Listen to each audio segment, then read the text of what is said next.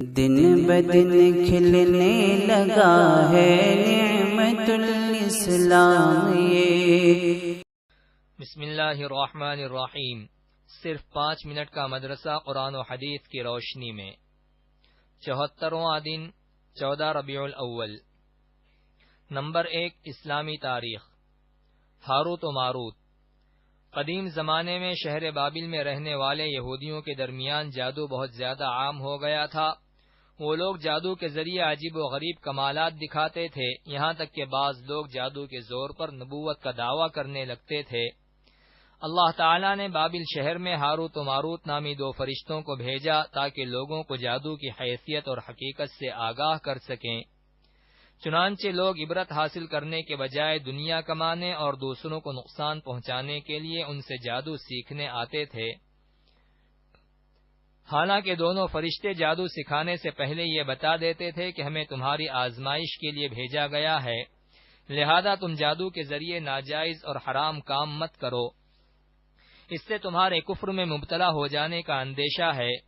لیکن ان لوگوں نے نہیں مانا اور ان سے جادو سیکھ کر کفر و شرک میں مبتلا ہو گئے اور اپنی دنیا اور آخرت کو برباد کر ڈالا۔ نمبر 2، حضور صلی اللہ علیہ وسلم کا معجزہ، درخت اور پہاڑ کا سلام کرنا۔ حضرت علی رضی اللہ عنہ بیان کرتے ہیں کہ مکی زندگی میں ایک مرتبہ رسول اللہ صلی اللہ علیہ وسلم مکہ کے کسی علاقے کی طرف نکلے تو میں بھی آپ صلی اللہ علیہ وسلم کے ساتھ ہو لیا۔ چنانچہ میں نے دیکھا کہ راستے میں جس درخت اور پہاڑ کے قریب سے گزرتے وہ رسول اللہ صلی اللہ علیہ وسلم سے عرض کرتا، السلام علیک یا رسول اللہ۔ نمبر 3، ایک فرض کے بارے میں، نماز کے لیے مسجد جانا۔ رسول اللہ صلی اللہ علیہ وسلم نے فرمایا، جو شخص صبح و شام نماز کے لیے مسجد جاتا ہے اللہ تعالیٰ اس کے لیے جنت میں مہمانی کا انتظام فرماتے ہیں۔ جتنی مرتبہ جاتا ہے اتنی مرتبہ اللہ تعالیٰ اس کے لیے مہمانی کا انتظام فرماتے ہیں۔ نمبر 4، ایک سنت کے بارے میں، سجدہ تلاوت کی دعا۔ رسول اللہ صلی اللہ علیہ وسلم قرآن مجید کی تلاوت کرتے ہوئے آیت سجدہ پر پہنچتے تو اس دعا کو سجدہ تلاوت میں پڑھا کرتے، سجد وجہی للذی خلقہ وشق سمعہ وبصرہ بحولہ وقوتہ۔ ترجمہ، میرے چہرے نے اس ذات کے لیے سجدہ کیا جس نے اس کو پیدا کیا اور اپنی قدرت و قوت سے اس کے کان اور آنکھ کھولے۔ نمبر 5، ایک اہم عمل کی فضیلت، کثرت سے سجدہ کرنا۔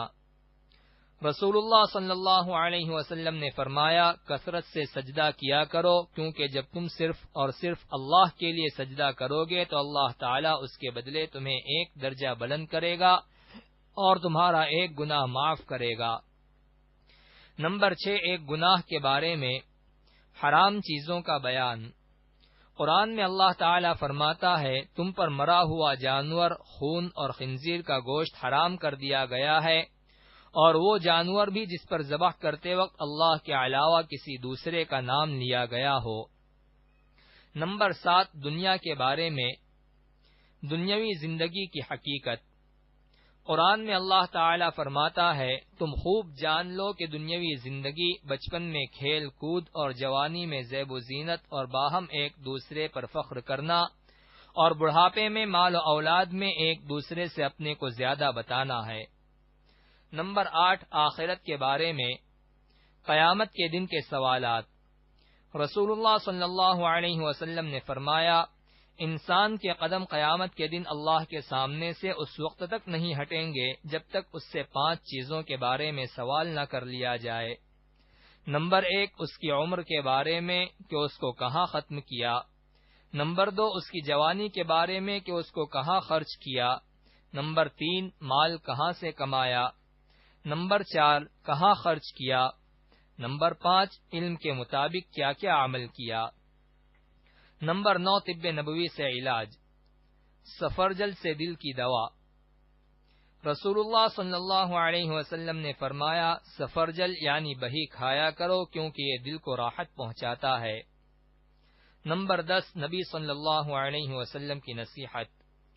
رسول اللہ صلی اللہ علیہ وسلم نے فرمایا، ظلم سے بچو کیونکہ ظلم قیامت کے دن بے شمار تاریکیوں کی شکل اختیار کر لے گا اور بخل سے بھی بچو کہ کنجوسی نے ان لوگوں کو ہلاک کیا جو تم سے پہلے تھے۔ بخل نے انہیں ایک دوسرے کا خون بہانے پر ابھارا اور بخل ہی کی وجہ سے وہ حرام چیزوں کو حلال سمجھنے لگے۔